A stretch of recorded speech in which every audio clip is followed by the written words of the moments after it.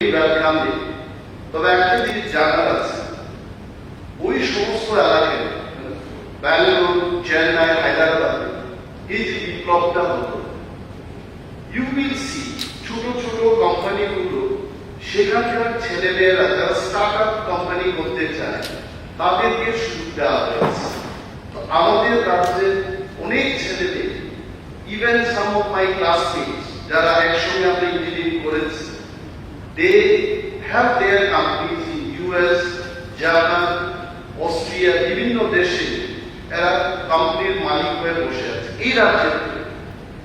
আমার মনে হয় আমাদের রাজ্যের যারা ছোট ছোট আইটি কোম্পানির যারা মালিক, তাদেরকে এই রাজ্যে ব্যবসা করার জন্য বা এই হাবের মধ্যে এসে অংশগ্রহণ করার জন্য বিশেষ সুবিধা সরকার দেবে কিনা এটা আমি জানি।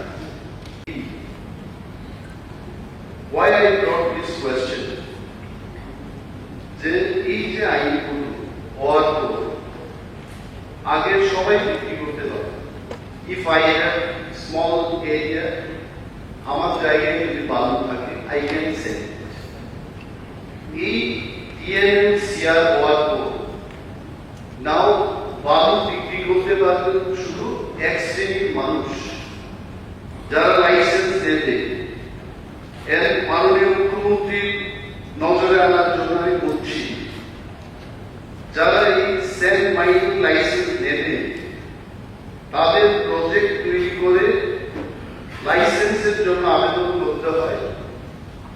এর মিনিমাম 50,000 to 1 lakh রুপিস দিয়ে এই লাইসেন্সটা নিতে হবে খরচ। যারা ছোটখাটো সেল বিক্রেতা, বালু বিক্রেতা, তারা আগে কি নিয়ম ছিল, পার কিউবিক মিটার 72 রুপিস দিয়ে একটা জেনারেল পারমিট দিলে you can sell sell. 2 truck যদি বিক্রি করতে পারত তো সাধারণ মানুষের আয় হতো 1600 rupees. If you just calculate the market value, তারা বঞ্চিত হয়ে গেছে। এখন যেমন সারা কয়েলপার মধ্যে কয়েল পূর্ব পারে, I know for sure only 2 persons are allowed to sell sand AIF. তাতে কি হচ্ছে, নাম্বার 1 হচ্ছে ফরেস্ট ডিপার্টমেন্টে রেভিনিউ ডিক্রিজ হচ্ছে। আগে অনেকেই বিক্রি করতে পারত, জেনারেল পারমিট নিয়ে বিক্রি করত, ফরেস্ট ডিপার্টমেন্টের একটা আয় হতো, দ্যাট হ্যাজ ডিক্রিজ। নাম্বার 2 হচ্ছে যে সরকারের যে কাজগুলো হচ্ছে, বালু না থাকলে কনস্ট্রাকশন ওয়ার্ক হবে কি করে? ওই কাজগুলো একজন লোক যেহেতু সাপ্লাই দিচ্ছে, না বালু নেই বলে এই কাজগুলো ধীর গতিতে চলছে। 3 নম্বর পয়েন্ট যেটা আমি দেখেছি, এটা হচ্ছে quality of the work is also getting hampered. কারণ সাপ্লাই দিকে কাদা যুক্ত বালু এরা সাপ্লাই দিচ্ছে। নাও my question, also my appeal to the Honorable Chief Minister, যে এই আইনটাকে আরো সহজ করার জন্য, পূর্বতন প্রথায় দেওয়ার জন্য কেন্দ্রীয় সরকারের কাছে এক্সামশনের অনুরোধ আপনি পাঠাবেন কিনা। এবং এই ঘটনাটা আমাদের ত্রিপুরার জন্য একটা যুক্তিযুক্ত আমি মনে করি না। কারণ এক স্যান্ড মাফিয়ার কাছে একজন আইএফএস অফিসার ইউপিতে তাকে হত্যা করা হওয়ার পরেই রিপোর্টটা এসেছে।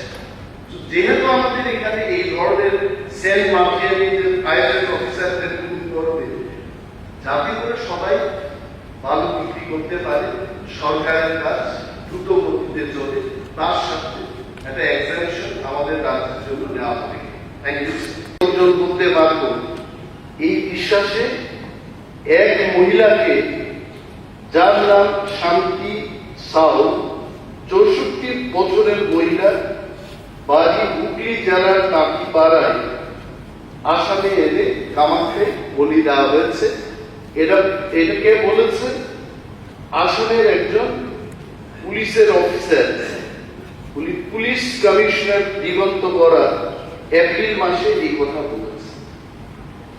এইরকম যদি ঘটনা হয় আমাদের পার্শ্ববর্তী রাজ্যে, গতকাল কামাখ্যা মন্দিরের পাশে যেখানে যে সাগরটা আছে মাতাবাড়ি, ওইখানে এই ধরনের একটা মূল্য পাওয়া, এই ব্যাপারটা কিন্তু ওইটার সাথে যদি আমরা চিন্তা ভাবনা করি, ত্রিপুরাতেও তো তাহলে নরবলি শুরু হয়ে যাবে। এবং খবরে যা বলেছি, till now no government official, no responsible person has visited and thought about it. আমি মাননীয় মুখ্যমন্ত্রীর কাছে, রাজ্যের স্বরাষ্ট্রমন্ত্রীর কাছে এই দাবি জানাবো যে এই ঘটনাকে হালকাভাবে যেন না নিয়ে ঘটনার সঠিক তদন্ত হোক এবং নরবলি যেন না হয় ত্রিপুরায়, এটার ব্যবস্থা করবে।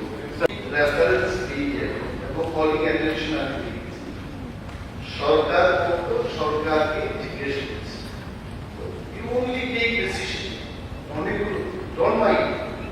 বিরোধী কলিং অ্যাটেনশন হলে আমরা এখানে আমরা শুনি, আপনারা তো এভরিডে ইউটি সকাল বিকাল নিজেদের মধ্যে কথায়। আমার মনে হয় some of the calling attention reference দিয়ে যেগুলো আছে রিলাই করে দেওয়া, কিছু কিছু ওয়ার্ডস এর যে ডিফারেন্স বলতে চেষ্টা করেছে, যদিও ইজ নট ভাষাবি, আমিও ভাষাবি, still I am telling, I'm not against it. আমি ওইটার বিপক্ষে বলছি না, I'm only giving little bit of, যেমন বাংলা ভাষায় নোয়াখালী এবং সিলেট, ঢাকাইয়া, কুমিল্লা, so many things আমি বাংলা বলতে পারি, কিন্তু নোয়াখালীরা নিজেদের মধ্যে Noakhali I can understand, I যাই নট দ্য সেম।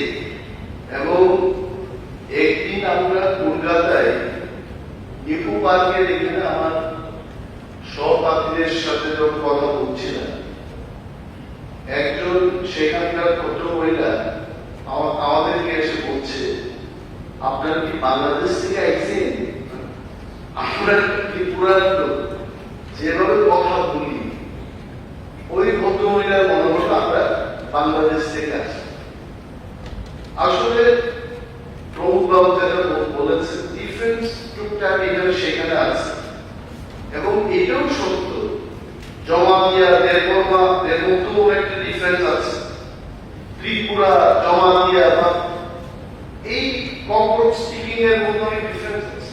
তবে অনেক দিন ধরে আমি এটা বলতে পারি, একজন রিয়াল থেকে যদি কেউ দেববর্মা এলাকায় গিয়ে কথা বলে, there is no problem. আমরা যেমন কাইসা পরিবারে কেহা বলি, এবং এই যে ডিফারেন্সটা, ত্রিপুরা একটু সন্দেহবাদী ত্রিপুরা আছে, মাননীয় পরিষদীয় নেতা সিডিএম দলের পক্ষ থেকে জিতেন্দ্র চৌধুরী মহোদয় আছে, উনি বলতে পারেন। আমরা যাকে চালা বলি, অনেকে চালা বলি। তো এই ডিফারেন্সটা লিটারেচার করতে গেলে প্রতিটি ডাইলেক্টকে, প্রতিটি মানে নোয়াখালীকে আলাদা করে দিতে হবে, ঢাকাইয়া, কুমিল্লা, তাহলে আজকে বাংলা ভাষা এই জায়গায় আসতে হবে।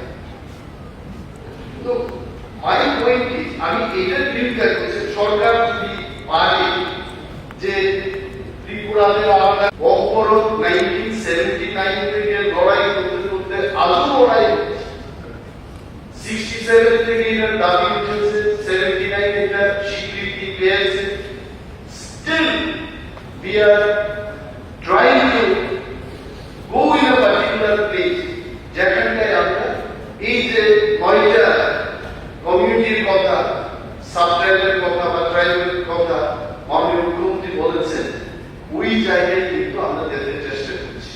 And if I'm not dissolving, বাড়িতে কিভাবে বলবে, that is different. পাঠ্য বই তৈরি করতে গেলে, এদিকে লিটারেচারে নিতে গেলে, এটা একটা স্ট্যান্ডার্ড তৈরি করতে হবে, এটাই।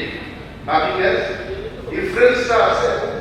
কমিটির যে রিপোর্টটা মাননীয় মুখ্যমন্ত্রী বলছে, এই কমিটি আটকে গেছে, একটা জায়গায় আটকে গেছে, কোথায় আটকে গেছে there are certain questions যে কোনো জাতি জনজাতি বা বিশেষ সমুদায়কে তার ভাষা হিসেবে তার স্বীকৃতি পেতে গেলে তার রাষ্ট্র কোথায়, তার রাজ্য কোথায়, তার উৎপত্তি স্থল কোথায়, এগুলো আসবে। একটা বাংলা ভাষা স্থান কোথায়, দেশ ছাড়া রাজ্য ছাড়া ভাষা হয় না। ভাষা যাদের থাকে তাদের মাটির অধিকার থাকতে হবে, তার কোথা থেকে তার জন্ম হয়েছে। তো এইগুলো বিচার সরকার বিবেচনা করবে, কমিটি গঠন করবে, তবে এই বিষয়টিকে হালকাভাবে না নিয়ে গভীরভাবে এই বিষয়ে যাওয়া উচিত। সরকার খুব করে একটা পদক্ষেপ না নিলেই ভালো।